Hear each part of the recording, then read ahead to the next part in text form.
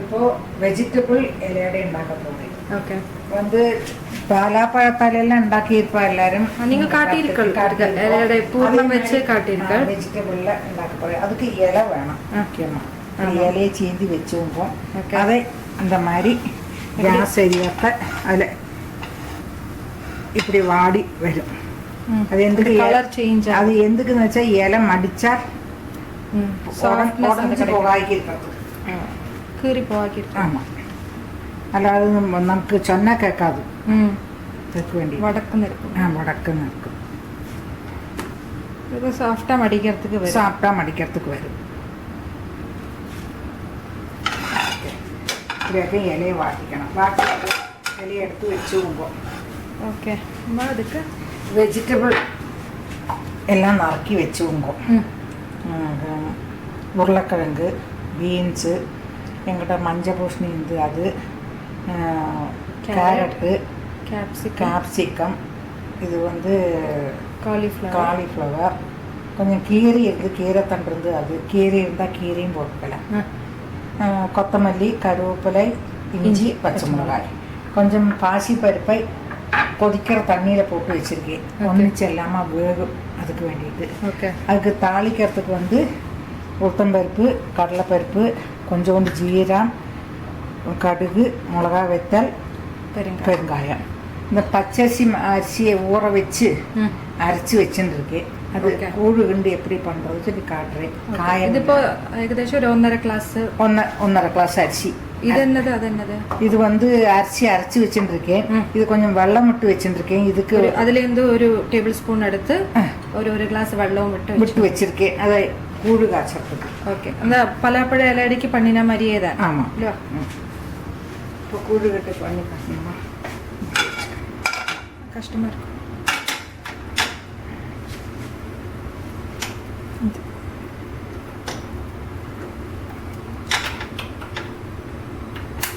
இது அதில் வச்சு கையெடுக்காக்கி ஸ்பூனால் கிண்டணும். நம்மளுக்கு ஸ்பூனால் கிண்டணும். கிண்டி கைட்டு சரி, கைவிடாதக்கு இളக்கிண்டே இருக்கணும். ஆமாம். அப்போ அந்த அது கூழு மாதிரி வரும். அதோட கலர் மாதிரி ஒரு பழுப்பு கலராகி கூழு மாதிரி வரும்.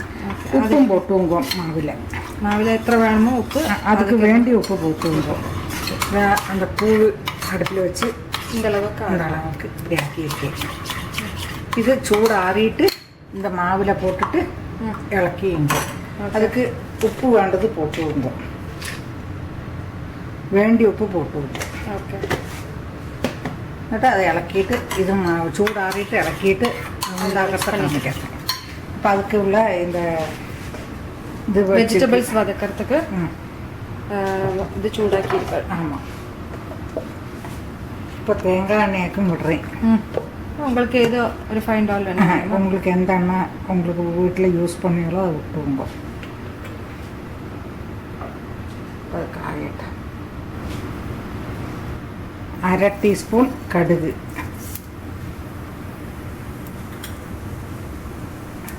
அது வடிக்கட்டும். கடுகு வடிச்சாச்சு. இந்த கடலைப்பருப்பு,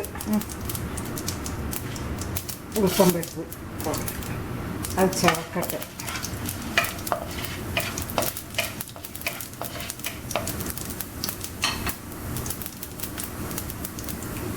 இப்போ வரமிளகாய் போட்டுவோங்க. அது கொஞ்சோண்டு ஜீரம் ஒரு வாசனைக்கு. ஏதாவது வாயுக்கால் இருந்தால் கூட அதில் போயிடுமே.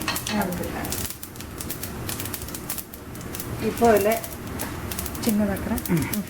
இதில் வந்து பச்சை மிளகாய், கருவேப்பிலை, இஞ்சி எல்லாம் போடுறேன்.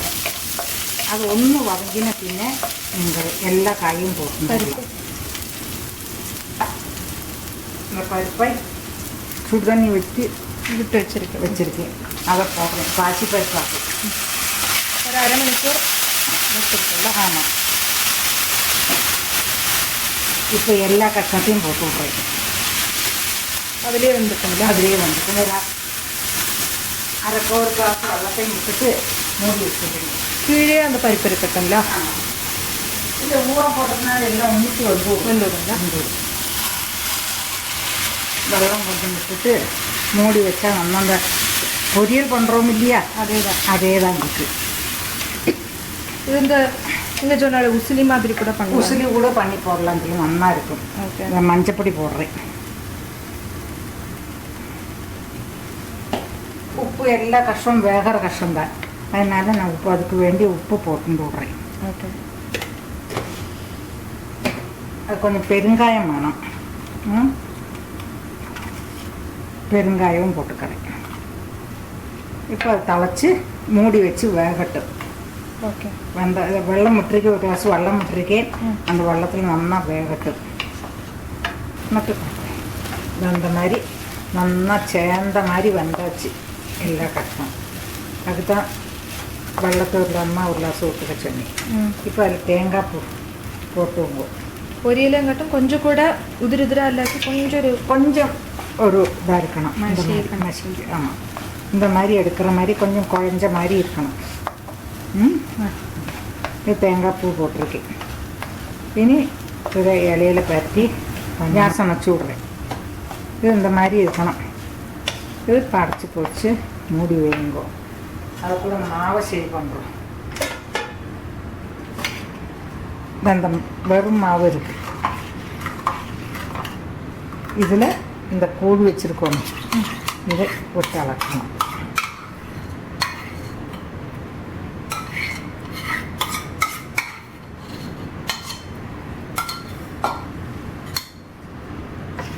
அதில் சேர்ந்த மாதிரி அளக்கணும்.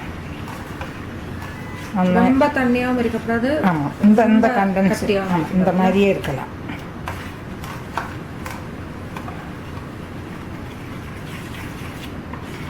அதுவும் ரெடி ஆகிடுச்சு.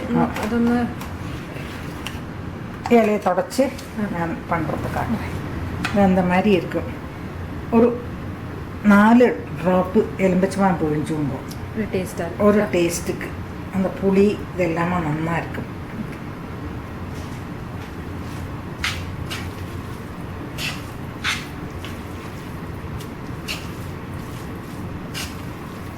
எல்லாமே இலக்கியாச்சு, நல்ல ஸ்மெல்லு வரும். ஆமாம், இதுவே நீங்கள் சொன்ன மாதிரி வெஜிடபிள்ஸோட உசிலி போட்டு பண்ணாலும் இதே மாதிரி நல்லா இருக்கும். உசிலி நீங்கள் இந்த சமயத்தில் உசிலியே போட்டுட்டா போயிடும், நல்லா இருக்கும். அந்த பருப்பு போடண்டா, அதுக்கு பதிலாக உசிலி பண்ணிட்டு வெஜிடபிள்ஸ் வதங்கினோடனே அதையும் போட்டால் போயிடும். இப்போ இந்த மாவு இருக்கு இல்லையா, இது இந்த இலையில ബാക്കിയെല്ലാം ഇലയുടെ കാട്ടണം அதே மாதிரி தான், ஆனாலும் காட்டுறேன். ஸ்டஃபிங் மாத்திரம் தான் வித்தியாசம். ஆமாம், இந்த மாதிரி ரொம்ப சன்னவும் அல்ல ரொம்ப கனவும் அல்லாக்கி இந்த மாதிரி வச்சுவோங்க. இந்த எழுதுறத இலை காணப்படாது. ஆமாம், இதில் இந்த மாதிரி இந்த வெஜிடபிளாக போட்டுவோங்க.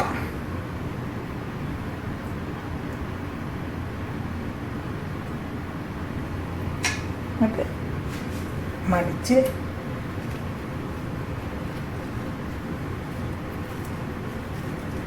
இந்த இது இட்லி தட்டு வச்சுருக்கேன், அதில் 2 தட்டு வச்சுருந்தோம், தண்ணி ஏறாக்கி இருக்கு. ஓகே, கீழே ஒரு தட்டு வச்சுருக்கேன். ஆமாம், ஸோ தட் தண்ணி ஏறாக்கி அதே மாதிரி பாக்கி எல்லாத்தையும் பண்ணி மேலே மேலே வச்சு மேலே சைடாக ஓரன்னா வச்சுக்கோங்க. அதே 2 எண்ணம் இப்படி வெர்டிக்கலாக வச்சுன்னா 2 எண்ணம் ஹொரிசான்டலாக வச்சுனா அப்படி மாறி மாறி வச்சுன்னா உங்களுக்கு வேகத்தை அந்த பக்கம் இந்த பக்கம் வேகத்துக்கு ஈஸியாக இருக்கும். ஓகே, சரி, அப்போ எல்லாம் பண்ணி காட்டும். நான் ஆவிந்து எடுத்திருக்கேன். ஓகே, அதை திறந்து காட்டுறேன். ஒன்றும் ஆறியாச்சுல.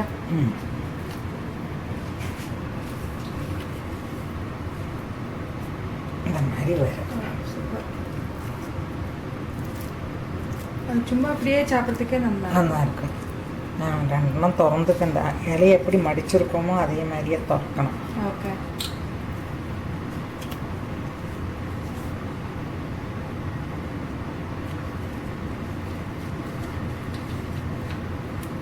நிதானமாக எடுத்து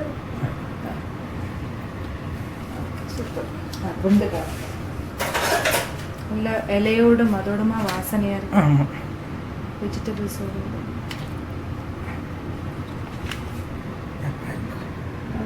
எப்படி இருக்கும்.